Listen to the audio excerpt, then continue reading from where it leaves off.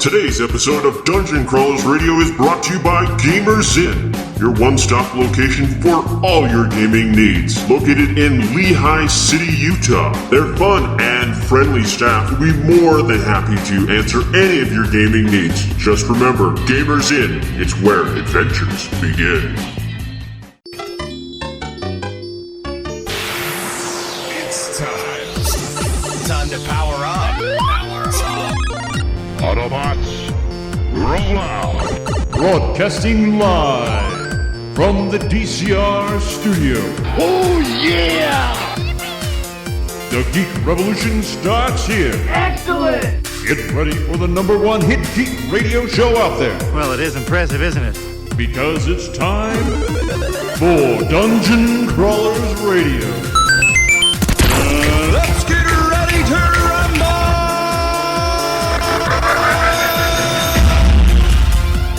And now, the moment you've all been waiting for. All right, everyone, welcome to another episode of Dungeon Crawlers, where we're here to talk about...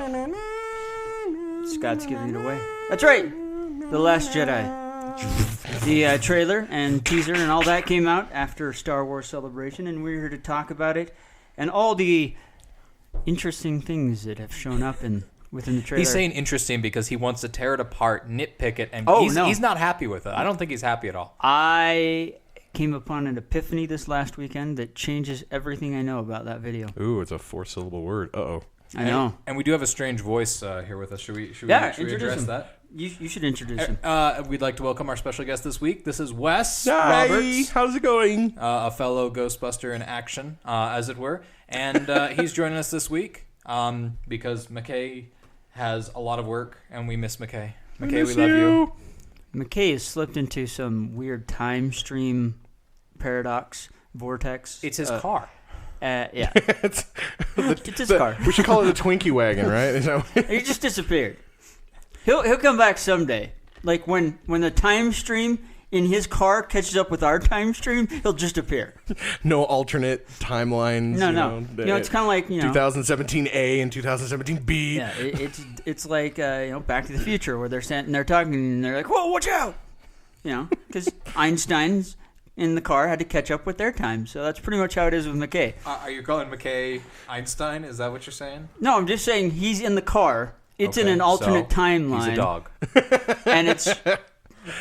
So are you saying just randomly out of nowhere we're just going to hear the doc yell, "Look out!" And we're all going to have to jump from we're wherever gonna we're have to jump sitting? and then McKay's going to show up. Actually, what we're going to hear, not randomly the doc, what we're going to hear is, "It's morphin' time! Get down!" That's really going to be the... Yeah. That's his heralding call before this burst of light and fire. So if you hear that, dive. Speaking of which, I still need to see Power Rangers. Don't tell McKay. Have you seen it? Yeah. Yeah, that response tells you everything you need to know. I read Rotten Tomatoes and went, oh. I'm still going to see it. Like they have the $5 Tuesdays around here, and the first $5 Tuesday, the first two showings were sold out. The 6 p.m. show was only like half sold, and at that point I went, yeah, I probably shouldn't see that. It's interesting. I'll give it that. Well, but again, I'm not a Power Ranger fan, so a lot of the people that are Power Ranger fans and love the TV series enjoy the movie, but it's not for outsiders. Yeah, you're saying nostalgia value is 10, while regular cinema score is like 2. Is that what you're saying? 1.5. Ouch. 1.5. Wow. Okay. Well, that's again my opinion. I was a kid. You may go and like it. I was a kid for the first season. Loved the first season and the first movie. Also loved that. Even though I've tried to go back and rewatch Ivan Ooze. Yeah. And, oh my gosh. So I'm hoping that I'm hoping to love it. Alpha is very distracting. Oh, he bugged me in the trailer. Although with his our Snell listeners eyes. already know that. Yeah, and that like floating head thing, or it's weird. Yeah. I think they tried really hard. Well, and it's still, I had hopes because Ninja Turtles 2 tried really hard, and we see how awesome that was from a fan perspective. You're right. No, Exactly. Ninja Turtles 2 is great.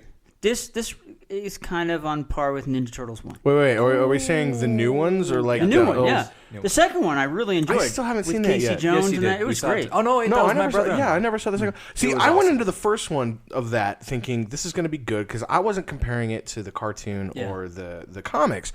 I was doing the classic. I loved the movies and the cartoon series was That's okay. right. We saw the first one together. Yeah, we saw the first one together. It was fun. It was fun. It was exciting, but I went out of that thinking kind of what the general population first thought when they saw the first Star Trek J.J. Abrams. They're like, it's good, but it's not the original, and I don't know. I like the J.J. Abrams Star Trek, but that's because I'm not a Trekkie. Yeah, I'm not a Trekkie either. I had to see it 2 or 3 times to really come to grips and accept this alternate reality path. This is almost turning into a West's opinion interview show. Like, what do you feel about this?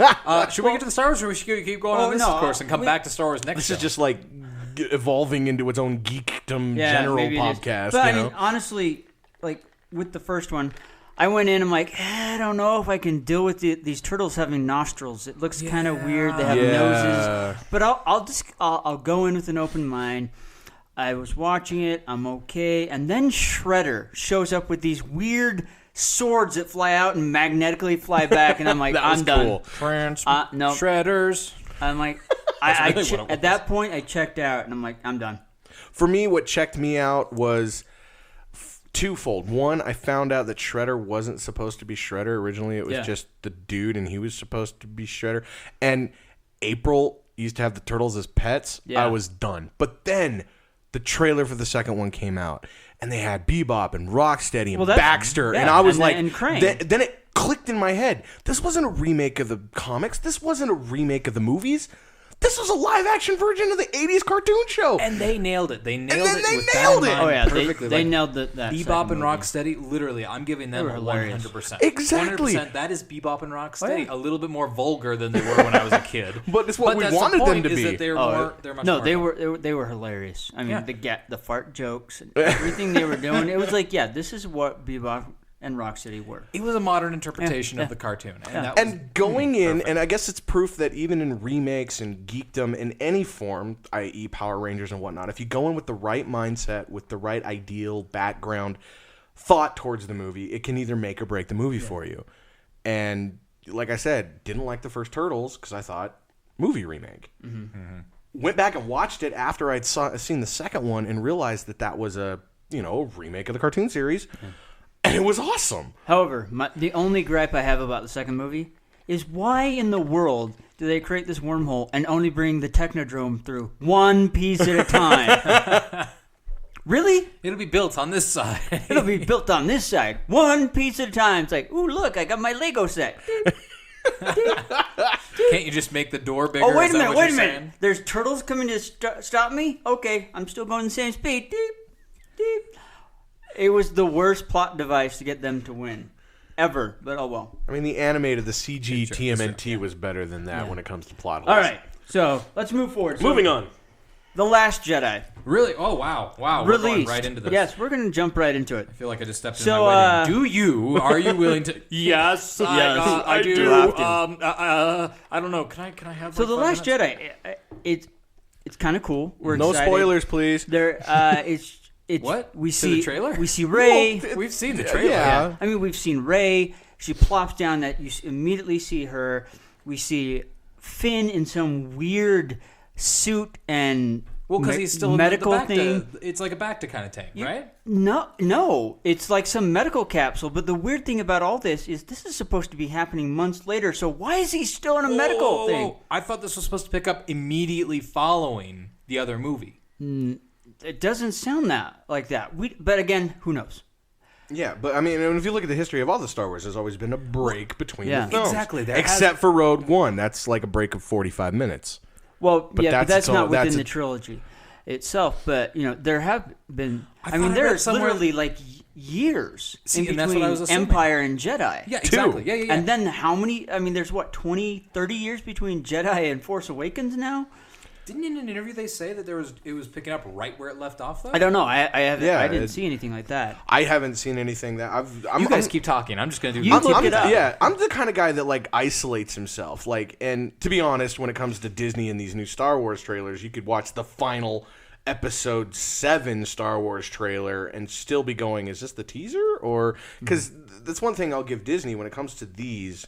They don't release jack. Well, and this is my epiphany I got over the weekend. So everyone is getting super excited about this trailer. What does this mean? What does that mean? What does Kylo's scar that's now over his right eye when the slash went over his cheek, over his nose, and up along his forehead? It basically split his face in half. Yeah, it split his face in half. This is the thing. Look at the Force Awakens trailer. Everyone was all, you had Luke saying, my sister had it, I have it now, you have it. You saw Maz handing the lightsaber to Leia and so on and so forth. None of that was in the movie. The same with Rogue One. Well, it's because of the voiceovers. They did the voiceover of Maz handing the lightsaber, and everybody assumed that was Leia. You're right. But the thing is, none of the things we've seen in either trailer that Disney has put out for Star Wars has ever made it to the actual film. So I'm pretty sure everything we've seen in this, including the dialogue, is not in there. I mean, even if you look at those, we've seen one or two things that have maybe shown up in there. Yeah, a couple things make it. A lot of things make nothing. I mean, the majority of it haven't been in there, so everyone's all freaking out. Well, the about most I all saw this. from even the Episode 7 little teaser, there were clips. Majority of that was pulled from that weird flash that she got when she touched the lightsaber. There was so much obviously Luke kneeled down next to R2 in front of the fire and all that other stuff. I'm calling a little bit of BS too from that, Daniel, because think about Han and Chewie. Chewie were home. That was totally in the movie. That was bam. But that was at the tail end. That was still part of the trailer. You're talking content, though. You're right. But there's only one or two small snippets in the trailers that actually make it into the film.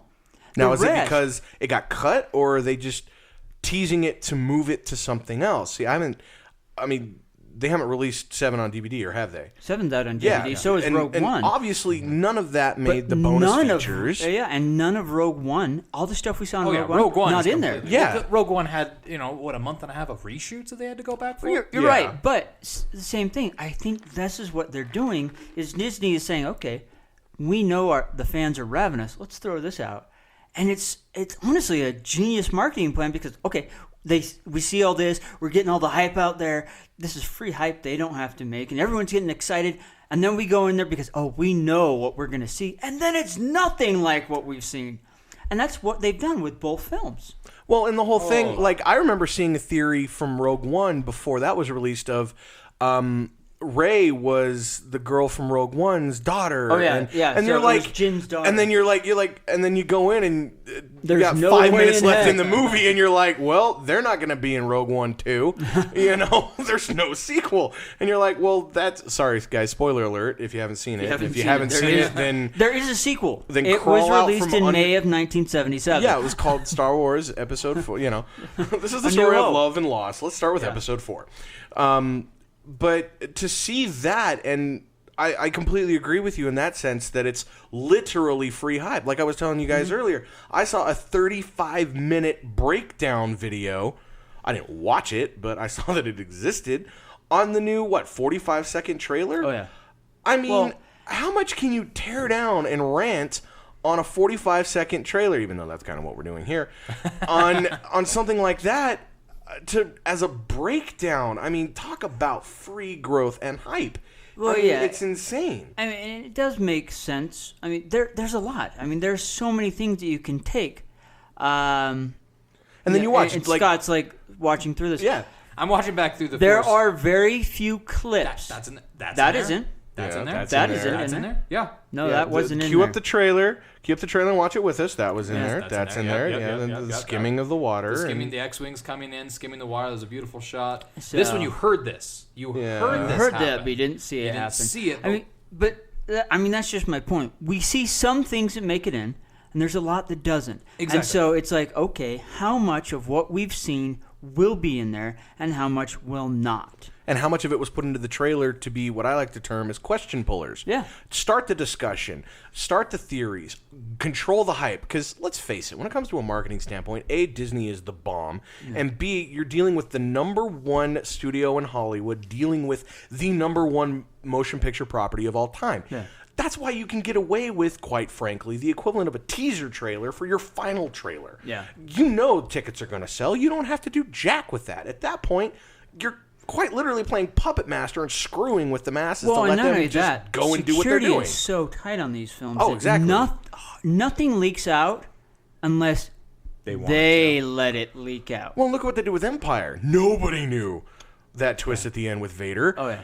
And if you told anybody, you got beat up in line. Well, no one really but- knew because everyone's script had something different. Yeah, they pulled. And not even Mark's had it until they were going to shoot it, and they pulled him aside and said, "Okay, this is what's going to be said. You need to be over the top. Yeah, you need to be over the top." Because but this is even what you're then, reacting to. but even then, if you talk when Mark was talking about it at Salt Lake Comic Con, he's like, even then, I didn't know what it was until I saw after they edited in James's voice. And it's like he's like, whoa. Well, in the original, I got to talk. And Harrison Ford leans over to Mark Hamill during the screen and says, I didn't know that. Yeah. Or you didn't tell me that. Yeah. And I got to talk to David Prowse years ago, and he said, because David Prowse, guy who played Vader, delivered all the lines. And he originally said, now correct me if I'm wrong, I'm trying to remember, he said, Obi-Wan didn't tell you what happened to your father. He told me enough. He told me you killed them. And what did he originally say? Obi-Wan is your father. Obi-Wan is your father or something. Yeah. And then this whole reaction. So the only people that knew basically were the editor, Lucas, Mark, and James Earl Jones. Yeah. And that was it. I mean, and preview even then screenings. they were like under strict contract. So you say anything. Oh, social pure DNR. suicide. That's why they never even did preview screenings within the theaters to just preview the print. It was, we guarantee this was good. All the print previews were done in-house at Skywalker Ranch before they were sent out. They were guaranteed. Well, and kind of the interesting thing that has happened, I mean, I like how this is not a review trailer as much as a bashing on people. Well, it's not really bashing. I mean, what you should do is look up video clips of David Prowse delivering his lines where they haven't dubbed in James Earl Jones. I'm so glad they did because he's got this high-pitched, squealy Englishman voice, and it's bad. It's not good. He would not have been this dark, foreboding It's not necessarily villain. a bad voice. It's just it's not bad. It's not. It's right not. For the character. It's not for a villain. You see this near. I watched it. And I'm like, there is no way I would be a fan of this villain, this character, as much as I am now, if that would have been the voice. Well, let me pull a little from my geekdom, too. If you look at, most people hate this movie, Ghostbusters 2. You had Vigo. Yeah. And he was voiced by Max von Sydow. And they never told Homburg, the guy who played Vigo, he walked out of the screening, the Hollywood premiere. He was upset, yeah. Because he was upset. But there, like Prowse, is video footage of him speaking on set, and you're like, really, this guy? So it doesn't come across. It just doesn't work. As that villain or foreboding. So with all that said, can we start reviewing the trailer? Yeah, let's review it. Because I'm excited. Okay, so the first thing that I'm most excited about, we get to see a Rebel fighter other than just the X-Wings. Right? We see the A-Wings in the hangar when things are exploding, which gets me so giddy. But that's probably the only time you're going to see Don't A-Wings. say That's our sky battle right there. We're not. I don't think we're going to go episode 3 on this and just open up. Oh, there's 2 things, and it wide opens, and there's a sky battle. I really hope we see an epic sky battle. I mean, just like Rogue One. That sky heavens. battle was amazing. It was. I want to see something like that. But I don't know if we're going to. And that sky. Well, think about it this we way. see a pretty good epic 2 shots of the sky battle in this, and it looks pretty epic. Well, in the Rogue One sky battle, everything that was happening on the planet, in the sky, kind of what they were trying to do with Episode 6, and what they successfully did with Star Wars Battlefront and all of those games. They can't afford not to put this in unless they're really trying to go Empire and make it more cerebral. Yeah. No, I mean, it's Star Wars. You can't go wrong. You got to have the space battle. I mean, we've seen it in almost every one. You've seen the space battle, whether how complex or how little it's been. We've always kind of had that. And I really hope we see more of that. We didn't see a lot in 7. We really didn't. I think that's maybe because they knew what was coming in Rebel. Yeah. At Rogue One. But they were... But it was introducing new characters, almost an origin story for 3 characters, as well as our villain, and that build up. So I hope we go somewhere.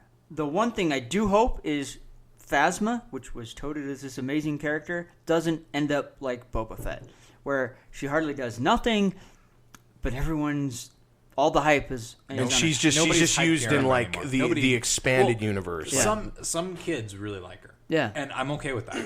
But at the same time, like, yes, I want to see her actually do I want to something see her more do inspiring. something else because I would like to see something happen with this character. Otherwise, I just feel like she's I hate to use this phrase, but like the token black guy that you see in a lot of horror The token movies. silver character? Is that Yeah. what you're saying? But She's I'm the saying- token female bad guy. Yeah. But I her feel like armor's she's made the- from Palpatine's his ship, his Yeah. his cruiser. So why? I want to see that. You actually turn it all around, and she's Rey's mom. Dun, dun, dun. Yeah, I mean, there's that theory out there too. Now, I don't know There's how so that would many become. theories out there, but that wouldn't make sense. That wouldn't I mean, make sense either. But The fact that the saber is talking to Rey, she's got to be a Skywalker, in my opinion. But we don't know. We really don't know. and we know there's no third Skywalker kid. It's either direct blood descendants from Leia or Luke. Yeah. and Or then Obi-Wan's or yeah. I but- don't see it being Obi-Wan's child. And the reason is why, I mean, yes, Obi-Wan spoke a little bit, but that saber was not connected to Obi-Wan, because if you read in the Ahsoka book and stuff like that, the crystal chooses the wielder. So that crystal chose Anakin. It then accepted Luke. Why would it accept one of Obi-Wan's children? That makes no sense to It me. lived with Obi-Wan for what, like 30 years? It lived in a box. in a box. It's been living in a box for like ever since You're Empire. right, but if that's the case, then why isn't it going off with Maz's kids? Oh wait, she likes Chewie, so it should have gone Yeah, it to Chewie. should have went to Chewie. That relationship makes no sense to me. I don't think it's a relationship. I I think know. it's just that crush that's like, he's a cutie. And, It's funny. but you want to talk about age? There's really no age difference there because I mean, Chewie was in Episode 3. You're right. He's old, so I mean, why yeah. not? You never know. Him and Maz can make some little Good- furry good. little chinchilla monsters. You never Maybe that's know. where Ewoks come from. Yeah, you know. wow, you guys really went there. Yeah. So But the thing, we don't know. And I want to see something. I want to see something epic. I really want to see Kylo's character develop more because he was a whiny little brat. temper tantrum brat. I mean, he really was. Yeah. I want to. which added to the comedy. It did. But It added to the comedy. There's it no made substance. sense because we'd already seen a whiny Anakin. I want to see his character develop. Because if that happens, I will buy into him being the villain of the story. I want to see Rey's character develop more as well because I think hers was the best character out of the whole movie. Because we got to see her weak, we got to see her strong, we got to see her moving into the Force. But not only that, I think it was, when they're on Jakku and Finn's grabbing her hand, she's like, "Why are you grabbing my hand?" I think that was perfect because it showed her self-reliance and her strength. and that's more than just a move by Hollywood to strengthen Oh, yeah. females because that's what the move's been for the last. That's why we got that female Ghostbusters movie and all that others. It's just the strength of females and why we're getting this Ocean's 11 reboot that's all women. Oh, it's actually not a reboot. But yeah, So it's that story is a side one. So one of the main characters is actually Danny Ocean's sister. yeah. And so she's got a whole team, which I think is a brilliant move. They're not doing a reboot. They're not remaking it, and it's not just going to be gender bended. Yeah. They're like, okay, we know women want to see characters like this. Strong Let's run women with and- it, but and- let's connect it so it's a side story. Well, And I that's think I think that's what we get with Rey is Yeah. we get that strong connected character. We don't know how she's connected yet. Yeah. But I agree with you completely that we need to see Kylo's character. We need to see Jason evolve. Yeah. We need to see him become what he's meant to be. Because look at it now. There's only basically him and Luke left until this movie, and maybe Rey gets her training and whatnot. And in that instance, he's the only one that's been trained since he was a little kid. Luke started in his 20s. Yeah. So Well- if anybody has this chance to get the strength of the Force because he's literally the grandson of Darth Vader, of Anakin Skywalker, if you will. Unless Rey is. Unless Rey is too. And we've already seen that Rey is stronger because she was able to command the saber past him. But I think that's less of a command of the Force, if you will, because she didn't know anything about it. But if you liken the strength of her being strength of character, she's a good person, she's internal, and she does what she can, compared to the whiny nature that is Kylo Ren, he could be shooting himself in the foot. Well, like, I Could also deserve just be the this. lightsaber liked her better. Yeah, Well, I that mean, too. part of it, I believe, is that, but I believe she is stronger in the Force, because Again, my theory, at the very end when you see Luke, there is a stone that is standing upright, almost looking like a headstone. Yeah. So more than likely, both of her parents, if she is Luke's daughter, both her mother and her father were Force wielders, where Han isn't. And so it's a little bit more diluted. Plus, not only that, Kylo is still teeter-tottering. Even after he's killed Han, he's still teeter-tottering. I don't think he's fully embraced the dark side, so he's not as powerful in either side. But he still is. She's fully committed. He's still incredibly powerful. I mean, they tried to push this point really hard in Episode 7. It fell on deaf ears a lot, but a lot of the hardcore fans out there, I'm sure that are listening, saw this, is they pushed how strong the bowcaster was. Oh, yeah. And how, we literally saw it launch a stormtrooper like 20 feet. So and he just took it in the gut and went, ow. I don't care who you are. You may not like him because he's a whiny little so-and-so, but that's bad A. No, I do agree on that. That's some hardcore strength, whether you wield it or not, it's there. Yeah, that is one thing I did notice is he didn't budge very far. No. He maybe took a step back. He just... And in the first scene we see him, he like stops a bolt with the Force. Exactly. And it's just like hovering there. Yeah. Nobody, not even in Clone Wars, the animated or the CG, even with Mace Windu and his amazing command of the physical force, he never did that. Yeah, it's because they just decided, hey, that'd be cool if that was a Force power, and then they introduced it that way. Now they're going to have to retcon it, but... yeah, good luck with that. No, I mean, that was a cool scene, because we'd never seen that before. And then the one thing that bugged me, though, is it just hovered there for the whole time after that. But that, again, leads to the strength. He doesn't have to necessarily think about it. But, it's like Vader when he does that first neck pinch in that first scene in Episode 4. He's just walking around talking, and they're like, let him go. He is definitely strong, but I think some things he lacks on in the Force. And that could be due to his lack of training, the lack of what Snoke has taught him, which we still don't know who. We don't know who the heck Snoke he is. Exactly. But he apparently knows quite a bit. He knows a lot about Palpatine. He knows a lot about Vader. He knows a lot about Han Solo. You watch, he's like the reincarnation of Sifo Dyas or something from Mace way back. Windu. Yeah, or Mace. Well, I mean, it would be. I don't think Mace Windu or he's Sifo got to Dyas. has to have been around during the Clone Wars. There's I mean, no way it would be anybody interesting knows. if it was Pelagus, which was Darth Sidious' like that. master, because he knew how to transfer his essence, because that was taught from Bane all the way down into another living body. Palpatine thought he was dead. Maybe he was able to move it, but the body was injured. Who knows? Maybe he went all Professor X. We don't know. We don't know. I know they're going to introduce that. Another interesting thing that was mentioned at Celebration, we've all seen what happened to Han Solo in Episode 7. Han Solo kind of crashed Celebration, and they were asking him about how he felt about his death. And Harrison Ford... Harrison. You're saying Han Solo, and I'm like, which one? Yeah, Harrison Ford. Quantify. He's like... He's not dead. He's just resting. Which is very similar to what we hear in Monty Python. Like, Yes. I'm not dead. I'm not quite dead. I'm just... I think that's just Harrison Ford. It could be Harrison Ford just screwing with people. I will give him that. But it would... We've seen Well, it's like saying characters Indiana Jones is killed dead. and brought back before. We've seen it with Boba Fett. We've seen it with Darth Maul. I mean, come on. Darth Maul got split in half. Have we seen it with Boba Fett yet, though? He fell into the Sarlacc pit, which was supposed to be 1,000 years of death. Have we seen him since? Like, hey, I'm the biggest proponent for seeing Boba Fett come back. Disney did announce that Boba Fett did survive the Sarlacc pit. So that is official expanded universe. They did announce it and officially said that is part of canon.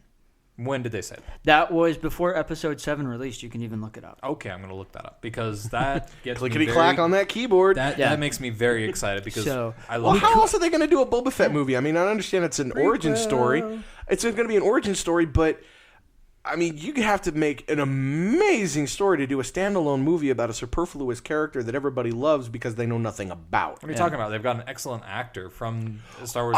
Don't get me wrong. That now is like the perfect age to play Boba Fett. Yeah, he is. And don't get me wrong, the actor is great, and I'm sure that the delivery is going to be awesome. The CG is amazing. The production value is going to be through the roof. But if you got a crap story, I don't care how big you are. And that is the biggest concern bought. with Star Wars. I mean, they're saying there's another Star Wars movie every year for the next 20 years. That's what their plan is. Which is awesome as long as we get good stories. I mean, this Han Solo movie, I'm worried about. If tanks, bye-bye other stuff. Well, and if you and if you look at the same way Marvel did theirs, they had plans for the Inhumans and all this other stuff, but then out of nowhere, Ant-Man was a runaway, so Inhumans got canceled. The second Ant-Man got and Inhumans got implanted into Agents of S.H.I.E.L.D., which I'm glad it went there. Because it's not enough to make its own. Story no. And Inhumans was only written up so that they could make movies because they don't own the X-Men franchise. Pretty much, yeah. But being able to understand that they could announce, like you said, a Star Wars film every year for 20 years. The film industry in and of itself is fluid because its consumers, the general population, are fluid as well. And confirming that, yes, we have this plan is great, but don't take it on, written down in stone that this is going to happen. Oh, yeah. Well, they're not writing it in stone. They're writing it in money. I mean, look at the exact same reason why we're not getting another Tron, but we're getting all these Disney remakes in live action. It's because of the money. We see the guaranteed return. That's a guaranteed return. They know people will run out and go watch Beauty and the Beast. Yeah, they know they'll go watch Pinocchio. But they're not going to go out and see Pinocchio 2 as a live action, or they're not going to see Bambi 2. You can only beat a dead horse so much until it stops producing money. And I think they need to come up. And Star Wars and the Marvel stuff is new stuff. But new to the general population. Correct. Guys but like us, we know what's coming. Let's get something other than Pinocchio remade into live action. Yeah. Let's get something brand new out there. I mean, I really like the new Tron movie. I would love to see a third one. Yeah. But why they scrapped it? And it's like, why? This was really awesome. The way they transitioned that. The problem was it was the almighty dollar. It was the bottom line. Yeah, First off, that's they the problem kill off. Sorry, guys. Yeah. Spoiler alerts. They kill off Flynn, which personally I thought the whole Zen thing was weird. Was dumb. They could have made him an underground choose your battles fighter. Oh yeah. And then Sam comes in, changes the game. There's quote unquote a new piece on the board. Yeah. And Clue's drawn out saying, okay, well, Clue brought the new piece on the board to change everything because it was quote unquote a stalemate. So they brought him in, and now Sam and Flynn fight to get to the outside, and eventually, sure, you can kill Flynn off, and that would have been fine. Kill off Kevin and to, reincorporate with the character. But it would have been a stronger storyline, and I think it would have been more accepted by the general population. Yeah. I agree with you. I hope Star Wars in these little films after Episode 9 doesn't go that route where they go a little too much, a little too far, a little too many assumptions, and it just kind of peters out. Real quick, if any of our fans want to know about this fan fiction, it's Tron, the fan film, coming out by Wes Roberts this summer. Sorry, go on. No, I'm just saying, I really hope, if they're going to do the one-offs, let's do those. Yeah. That's great. But if you're going to invest in a 3-part series, make it a solid story. Let's go to the Old Republic. There's so much untapped stories. And I'm going to just say it right now. Where the heck is Grand Admiral Thrawn? Seriously. He's in Star Wars Rebels. He's in Rebels, that's why. Well, yeah, but Rebels is, where he's not dead yet. That we know of. Yeah, so why he'll probably have to die this next season because otherwise he would have shown up. No. Big universe? Well, it is a big universe. I thought of a route. We'll talk about it. So we're going to wrap this up. Give us your thoughts about The Last Jedi trailer. Catch us on the next episode. We're going to talk about the entire Season 3 of Star Wars Rebels, which is why we can talk about Thrawn at that point. Yeah. And with that said, we'll catch you next time. See ya. It's morphin' time. Where's the car?